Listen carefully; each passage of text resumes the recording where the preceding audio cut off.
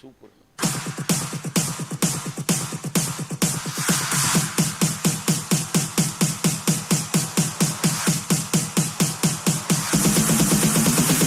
இந்த அருமையான நிகழ்ச்சியினுடைய தலைவர் ஐயா பேராசிரியர் அவர்களே, எனக்கு முன்னால் உரை நிகழ்த்திய 3 அறிஞர் பெருமக்களே, நண்பர் சேகரன் அவர்களே, அவருடன் இணைந்து இந்த ஹியூமர் கிளப் தொடர்ந்து பல்வேறு நிகழ்ச்சிகளை சிறப்புற நடத்தி கொண்டிருக்கக்கூடிய பொறுப்பாளர்களே, பேரன்பு கொண்டோரே, பெரியோரே, பெற்ற தாய்மாரே, நல்லிளம் சிங்கங்காள், அனைவருக்கும் வணக்கம்.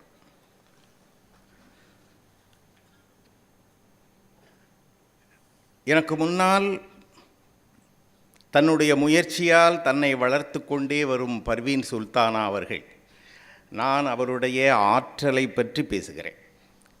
தன்னை வளர்த்து கொண்டே வரும்னு நான் வேறு எதுவும் சொல்வதாக நீங்கள் நினைக்கக்கூடாது. இது வளர்ச்சி தானே? ஆமாம், ஏன்னா அவங்க மாணவ பருவத்திலிருந்தே எனக்கு தெரியும் என்பதனால் இந்த வளர்ச்சி ஒரு அபரிமிதமான வளர்ச்சி.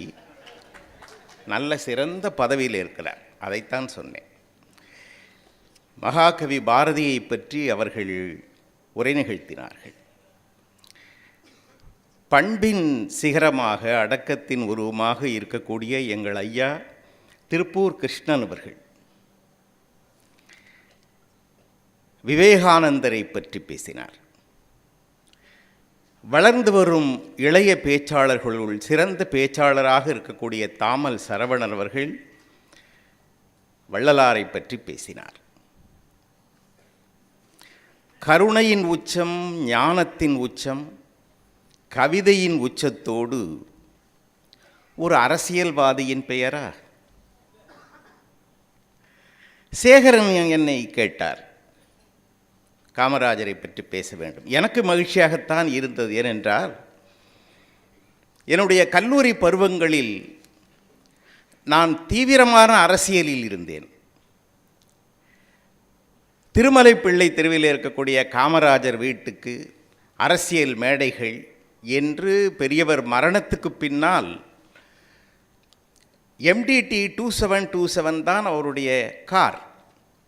இப்போது தேனாம்பேட்டை காமராஜர் அந்த மைதானம் இருக்கிறது, அங்கே இருக்கிறது, அதில் பயணம் செய்திருக்கிறேன். ஆனால் பெரியவரை பற்றி மட்டுமே மனதிலே வைத்து கொண்டு அரசியல் இருந்ததனால் அரசியல் என்னை உமிழ்ந்து விட்டது வெளியே.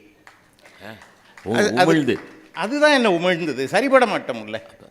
இன்றைக்கு அரசியலையே உமிழ்கிறார்கள். இந்த உச்சங்களோடு ஒரு அரசியல்வாதியை வைக்கலாம் என்கிற துணிச்சல் ஏன் சேகரனுக்கு வந்தது என்று. ஆனால் அதற்கான காரணம் என்ன என்பதை கம்பன் எனக்கு சொன்னான். என்ன காரணம் என்பதை என் பேச்சு நிறைவிலே சொல்லுகிறேன். பெருமக்களே, கல்வி, உணவு தலைவர் அவர்கள் குறிப்பிட்டு காட்டினார்கள். இன்றைக்கு கையிலே செல்போன் இருக்கிறது, பதிவேற்றம் செய்வதற்கு யூடியூப் இருக்கிறது, யார் வேண்டுமானாலும் எதை வேண்டுமானாலும் பேசுகிறார்கள். மிக குறிப்பாக அரசியலிலே நமக்கு மாறுபட்ட கருத்தோடு ஒருவர் இருந்தால் அவரை பற்றி கீழ்த்தரமான விமர்சனங்கள் வந்து கொண்டுதான் இருக்கின்றன. ஒருவேளை எனக்கு பிடிக்காத ஒருவர் உடல் நலம் குன்றி இருந்தால் அவரை பற்றியும் மனிதாபிமானமற்ற முறையில் விமர்சனங்கள் வந்து கொண்டுதான் இருக்கின்றன. இந்த நேரத்தில் தான் பெருந்தலைவர் காமராஜரை பற்றி நினைத்து பார்க்கிறோம். அண்ணா முதல்வராக இருக்கிறார். அவர் புற்றுநோயால் பாதிக்கப்பட்டார். சிகிச்சைக்காக அமெரிக்கா செல்கிறார். அமெரிக்கா செல்லுவதற்காக சென்னையிலே இருந்து இரவு நேரத்திலே விமானம் கிளம்புகிறது.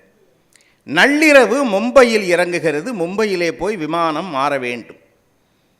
அண்ணா இந்த விமானத்தில் பயணம் செய்கிறார் என்கிற செய்தி யாருக்கும் வரவில்லை, யாருக்கும் தெரியாது. இன்றைக்கு மாதிரி கேமரா எடுத்துக்கிட்டு சுற்றுறவங்களும் கிடையாது. அப்போ அடுத்த நாள் காலையில் செய்தி வந்தால்தான் உண்டு. ஆனால் நள்ளிரவு நேரத்தில் விமானம் இறங்கிய அந்த நேரத்தில் மராட்டிய மாநிலத்தினுடைய முதலமைச்சர் தனது பட்டாளத்துடன் கையில் பூங்கொத்துடன் அண்ணாவை வரவேற்று வழியனுப்ப ஏர்போர்ட்டிலே நிற்கிறார். அண்ணாவுக்கு பெரும் வியப்பு. நான் வருகிற செய்தியே வெளியே வரவில்லை, நீங்கள் எப்படி வந்தீர்கள்? மராட்டிய முதல்வர் சொன்னார், சற்று நேரத்திற்கு முன்னால் சென்னையிலேருந்து காமராஜ் என்னுடன் தொலைபேசியில் தொடர்பு கொண்டார். எங்கள் தமிழ்நாட்டினுடைய முதலமைச்சர் உடல் நலம் குன்றி அமெரிக்கா பயணப்படுகிறார், முறைப்படி அவரை வரவேற்று வழியனுப்ப வேண்டிய கடமை உனக்கு இருக்கிறது என்று காமராஜர் சொன்னதால் நான் வந்தேன்.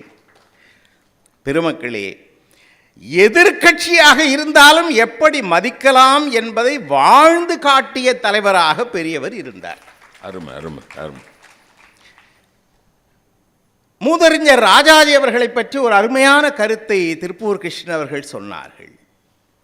அரசியலிலே ஆர்வம் இருக்கிறவர்களுக்கு தெரியும், ராஜாஜியும் காமராஜரும் எதிர் துருவங்களாக இருந்துதான் அரசியல் செய்தார்கள். ராஜாஜி சுதந்திரா கட்சி என்கிற ஒன்றை தொடங்குவதற்கு காரணமாக அமைந்ததும் அதுதான். ஆனால் சி சுப்பிரமணியம் நினைவிருக்கிறதா? பெரியவர்கள் பலர் இருக்கிறீர்கள், உங்களுக்கு கண்டிப்பாக தெரியும். சி சுப்பிரமணியம் அவர்கள் துக்ளக் இதழிலே எழுதிய செய்தியை சொல்லுகிறேன். சி சுப்பிரமணியம் எழுதுகிறார், ராஜாஜி உடல் நலம் குன்றி மருத்துவமனையில் இருந்தபோது தினமும் அவரை போய் பார்த்தார் காமராஜர். ராஜாஜி இறந்தார் என்கிற செய்தி வந்த அன்று என்னிடம் சொன்னார். யார்? சிஎஸ் எழுதுகிறார்.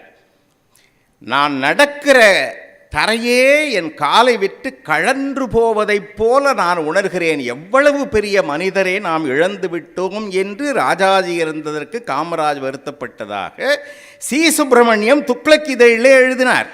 அவர் இன்னொன்றும் சொன்னார். ஒரு முறை திருமலைப்பிள்ளை சாலையில் வீட்டில் உட்கார்ந்து பெரியவர் பேசிக்கொண்டிருக்கிறார். ஒரு கார் நுழைகிறது உள்ளே. ஜன்னல் வழியாக பார்த்தால் தெரிந்த கார் போல இருக்கிறதே என்று பார்த்து கொண்டே இருந்தால் காரிலே இருந்து ராஜாஜி இறங்குகிறார். எங்கே? திருமலைப்பிள்ளை வீட்டிலே இருக்கக்கூடிய காமராஜ் வீட்டுக்கு. ராஜாஜி அவர்கள் வீடு எங்கே? தீநகர் பசுல்லா ரோடு தான் அவரோட வீடு. ராஜாஜி இறங்கினது தெரிந்த உடனே தன்னுடைய அறையிலே இருந்து ஒரே ஓட்டமாக வெளியே ஓடி வந்து, நீங்கள் என்ன பேசுறதா இருந்தாலும் நீங்கள் சொல்லி அனுப்பி நான் வரணுமே தவிர நீங்கள் என் வீட்டுக்கு வரக்கூடாது, வாங்க உங்கள் காரில் போகலான்னு அவர் கார்லேயே ஏறி பசுல்லா ரோடுக்கு பயணமானார் காமராஜர். சீசுருணி எழுதுகிறார், ராஜாஜி எதற்கு வந்தார் தெரியுமா? அப்போ காமராஜர் முதலமைச்சராக பதவியேற்று அமைச்சரவை பட்டியல் அறிவிக்கிறார். அதிலே அமைச்சராக அறிவிக்கப்பட்ட ஒருத்தர் ராஜாஜிக்கு பிடிக்கவில்லை. எனவே அவரை அமைச்சராக ஆக்க வேண்டாம் என்று கேட்டுக்கொள்வதற்கு காமராஜர் வீட்டுக்கு வருகிறார். இப்போ காமராஜர் அவர் கார்லேயே அவர் வீட்டுக்கு போய் அவர்கிட்டயே உங்கள் கோரிக்கையை நான் ஏற்றுக்க முடியாது, மன்னிக்கணும்னு சொல்லிட்டு அவர் கார்லேயே திரும்பி வீட்டுக்கு வந்தார். இதுதான் அந்த காலத்து அரசியல். சி சுப்பிரமணியம் அதனால்தான் எழுதினார் துக்ளக் பத்திரிகையில், his heart was with the masses, his head was with the intellectuals. காமராஜருடைய மனம் முழுக்க அடித்தள மக்களிடம்தான் இருந்தது. இதுதான் அவர் எழுதியது. மேடையிலே ஒரு முறை காமராஜர் அமர்ந்திருக்கிறார். ஒருவர் பேசுகிறார். காமராஜரை பார்த்து எதிர்க்கட்சிக்காரர்கள் கேட்கிறார்கள், இவர் படித்திருக்கிறாரா என்று கேட்கிறார்கள். இவர் கல்யாணமாகவில்லை, குடும்ப கஷ்டம் தெரியாது என்று பேசுகிறார்கள். நான் கேட்கிறேன், அண்ணா அவர்களுக்கு கல்யாணமாகிவிட்டது, ஆனால் அவருக்கு குழந்தைகள் உண்டா அப்படின்னு ஒருத்தர் பேசுகிறார். உட்கார்ந்துருந்த காமராஜர் எந்திரிச்சு போய் அவன் சட்டையை பிடிச்சி, போதும் உட்கார், அடுத்த ஆளை பேச சொல். அதுதான் அடுத்த கட்சிக்காரர்களை மதித்த ஒரு அரசியலை அவர் கொடுத்தார். ஒவ்வொரு உயிரையும் நேசித்தார். காமராஜுக்கு 67 வயசு. இதை நெல்லைக்கண்ணன் நான் இருந்த மேடையிலேயே சொன்னார். அதனால் சொல்லுகிறேன், திருநெல்வேலியில் 67வது வயது பெரியவருக்கு வந்ததனால் அதை கொண்டாட 67 அடி உயரத்திலே கொடிக்கம்பம் நட்டுகிறார்கள். அதிலே இருந்து வரிசையாக இப்படி சீரியல் செட்டை போடுறப்ப இடையில ஏதோ ஒரு இடத்துல இருந்த சீரியல் விழுந்துச்சு. ஆர்வக்கோளாறுல ஒரு இளைஞன் கடகடன்னு அந்த கொடிக்கம்பத்து மேலேயே ஏறி அதை மாட்டினான். எல்லாருக்கும் பெரிய வியப்பு. பெரியவர் அடுத்த நாள் கூட்டத்துக்கு வந்தார்.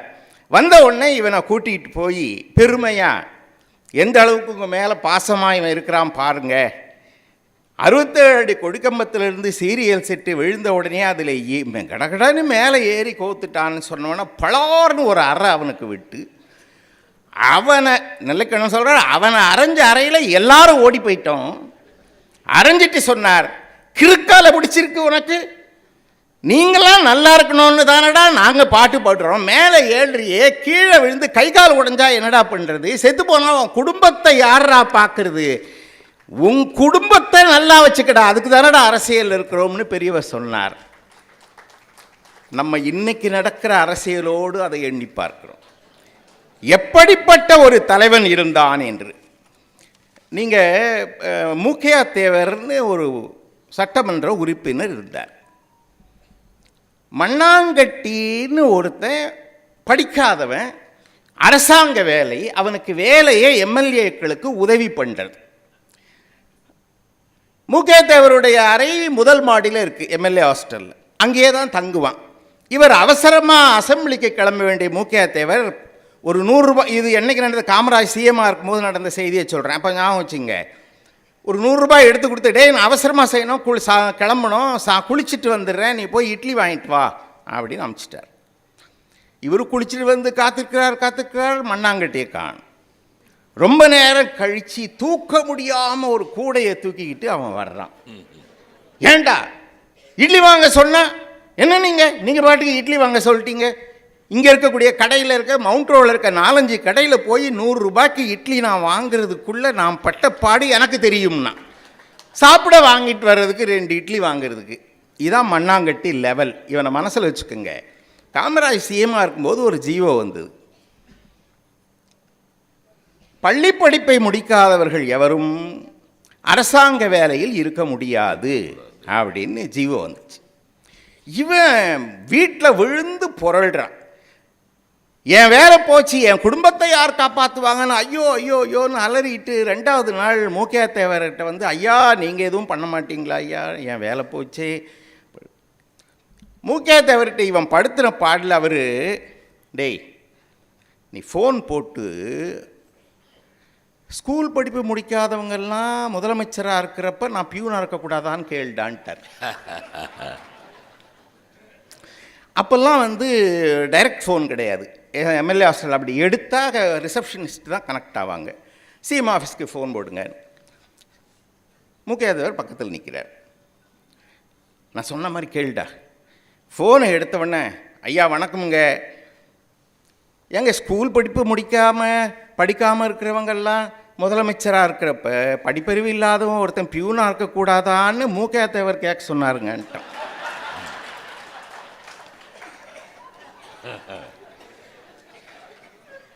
கொஞ்ச நேரம் அமைதி, ஃபோன் டிஸ்கனெக்ட் ஆகிடுச்சு.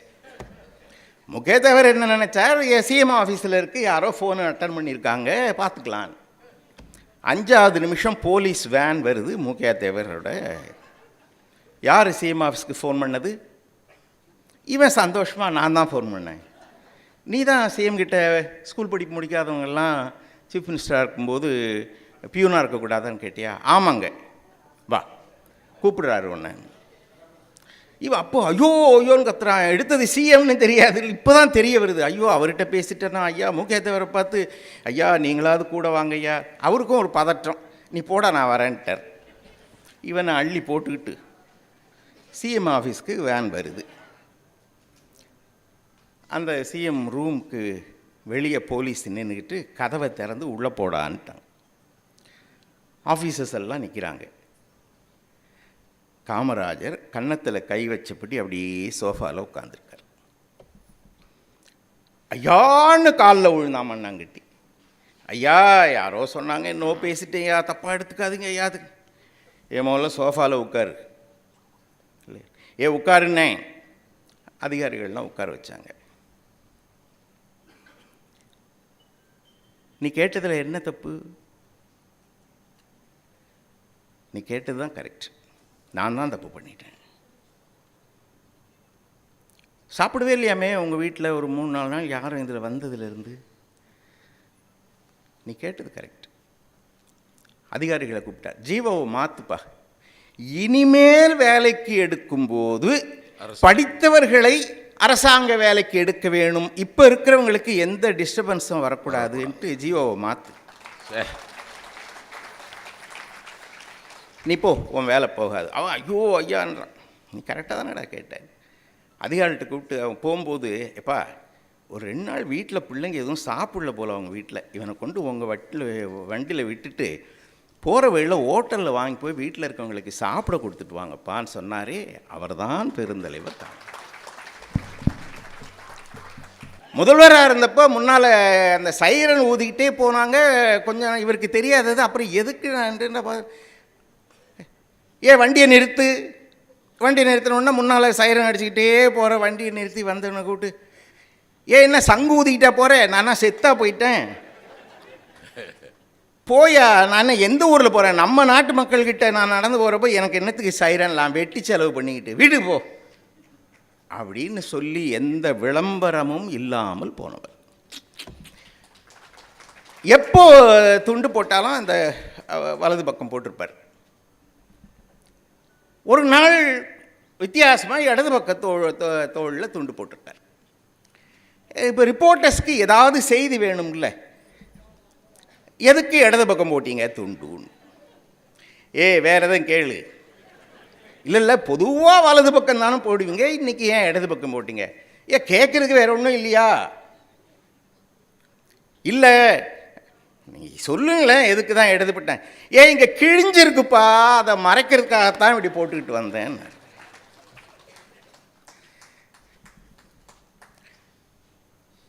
பெரியவருக்கு நகைச்சுவை அவர் மக்கள் படுற கஷ்டத்திலேயே இருந்ததுனால அவர் பேசலையே தவிர, நகைச்சுவையும் அவருக்கு உண்டுன்றதுக்கு ஒரு செய்தி இதுவும் துக்குளத்தில் வந்தது. என்னென்னா, பார்த்தால் பசி தீரும்னு ஒரு திரைப்படம் வந்தது, உங்களுக்கு தெரிஞ்சிருக்கும். அதில் நடிகர் திலகமும் ஜெமினி கணேசன்லாம் நடிச்சிருப்பாங்க. ஒரு இராணுவ வீரன் கதையாக வரும் அது. அதனால் அது வெற்றி விழாக்கு இவரை கூப்பிட்ருக்காங்க. இவர் வரமாட்டேன் இதை கூப்பிட்டு மேடையில் போய் இப்படி தான் பேசுகிறார். என்ன எதுக்கு கூப்பிட்டாங்க? சரி, அப்போ கூட யோசனை, அது எப்படி பார்த்தா பசி தீரும்? பிள்ளைங்களுக்கு பசிக்குதுன்னு தானே சோறுலாம் போடுறோம், பதின பார்த்தால் பசி தீரும். அப்புறம் எனக்கு புரிஞ்சிட்டு, நீங்கள்லாம் பார்த்தீங்கன்னா இந்த படத்தை எடுத்தவருக்கு பசி தீரும்.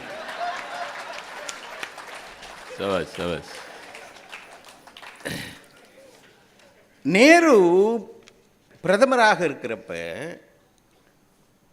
தமிழ்நாட்டுக்கு வந்தார். காமராஜர்கிட்ட விருதுநகர் பக்கமாக போகுது வண்டி, அம்மாவை பார்க்கணும்னார். அங்கே எங்கே போயிட்டு அதெல்லாம் வேண்டாம். இல்லை அங்கே ஜனங்க காத்துக்கிட்டு இருப்பாங்க, உங்களுக்காக வாங்கன்றார் பெரியவர் காமராஜ். இல்லை அம்மாவை பார்த்துட்டு போகலாம். சரி, ஏதோ குறிப்பிட்ட ரோடு போகிறப்போ ஒரு சின்ன தெரு வழியாக இது வழியாக போனார். போது காரை நிறுத்து, இறங்கி வயலில் பொம்பளைங்க எல்லாம் வேலை செய்துட்ருக்காங்க. அம்மா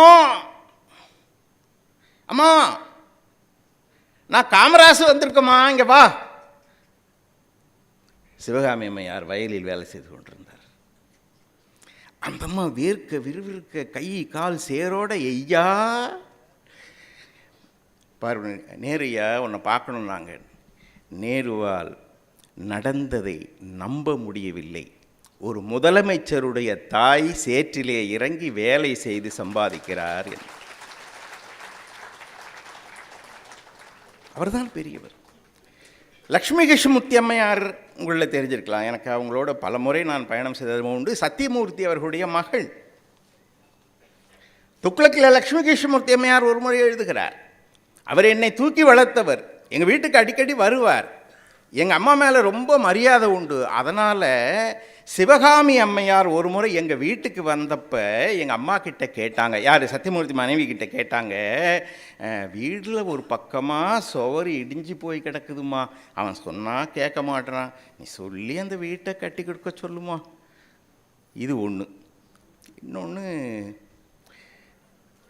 நான் பாட்டுக்கு அங்கே இருக்கிறதுக்கு இங்கே வந்து ஒரு ஓரமாக ஒண்டிக்கிட மாட்டேன்னா என்னை ஏமா அங்கேயே போட்டு வச்சுருக்கான் நீ சொல்லுமா. இந்த ரெண்டு விஷயத்தையும் அந்த அம்மா சொல்கிறாங்க. யார்? சத்தியமூர்த்தி மனைவி. இவர் ஒரு செவரு கட்டினா மந்திரி ஆனவொடனே வீடை கட்டிட்டான்னுவாங்க. அதெல்லாம் வேணாம், நல்லா தான் இருக்குது, அங்கேயே இருக்க சொல்லு. இல்லை இங்கே வந்து இருக்கணும். எதுக்கு இங்கே? அப்புறம் அம்மாவை பார்க்குறதுன்னு ஊரில் இருக்க வருவான், சொந்தக்காரன் வருவான், எல்லாம் வந்து வீட்டில் டேரா. அப்புறம் ஃபோன் பண்ணுவான், சிஎம் வீட்டிலேருந்து பேசுகிறேன்னுவான். எதுக்கு இந்த வேலை? அவள் அங்கேயே இருக்க சொல். அதுதான் பெரியவர். தன்னுடைய குடும்பம் அந்த நிகழ்ச்சி எந்த சிந்தனையும் இல்லை. யாராவது கன்னியாகுமரிக்காரங்க இருந்தீங்கன்னா தெரியும், நாகர்கோயில்காரங்க யாராவது இருந்தால் கூட தொட்டிப்பாலம்ன்ற ஒன்று, இல்லைனா யூடியூப்பில் சும்மா அடிச்சு பாருங்க, தொட்டிப்பாலம் இல்லை மாத்தூர் தொட்டிப்பாலம், கன்னியாகுமரி தொட்டிப்பாலம்னு அடிச்சு பாருங்க.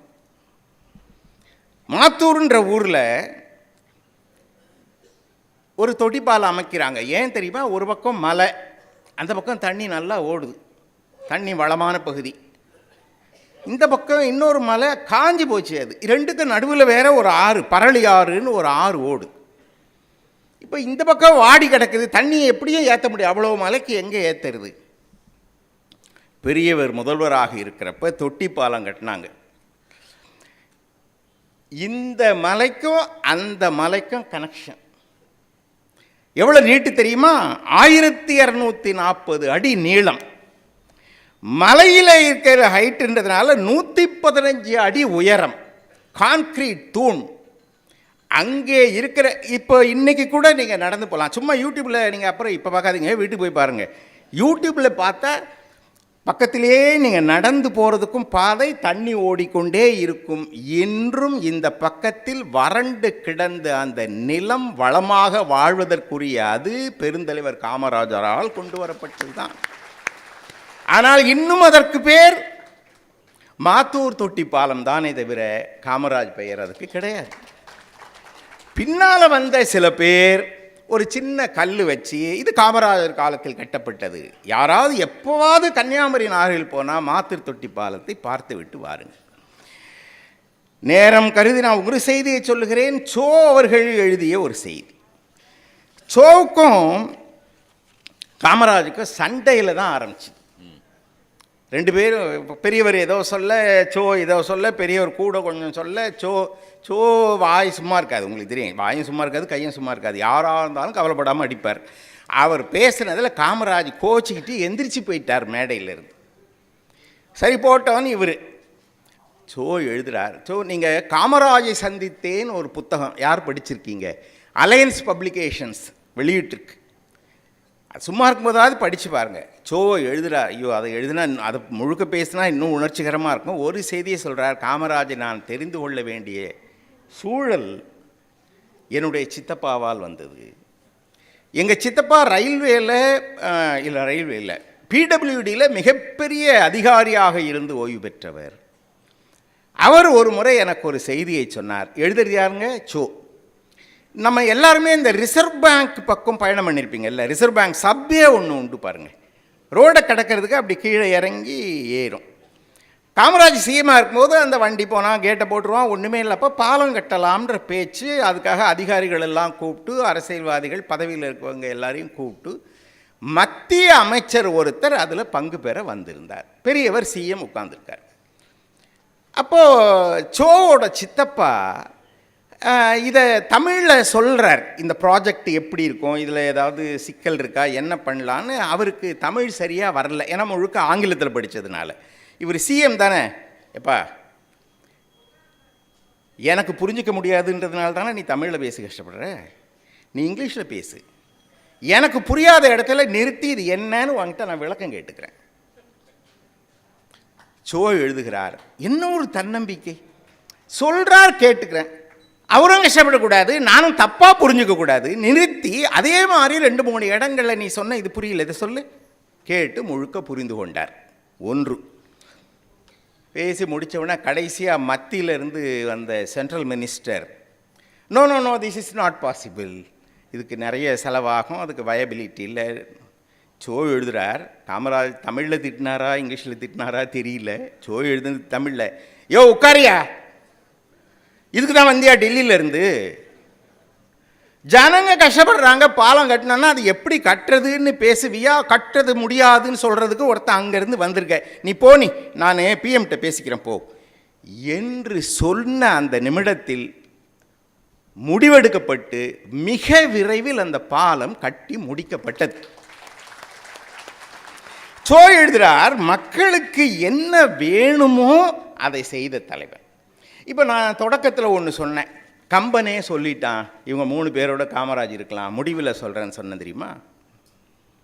கே பிளான் ஒன்று காமராஜ் கொண்டு வந்தார். கே பிளான் தெரியாதவங்க என்ன கே பிளான்னு சும்மா யூடியூப்பில் போட்டு பாருங்கள், என்னென்னத்தையோ பார்க்குறோம், இதெல்லாம் பார்க்கக்கூடாதா?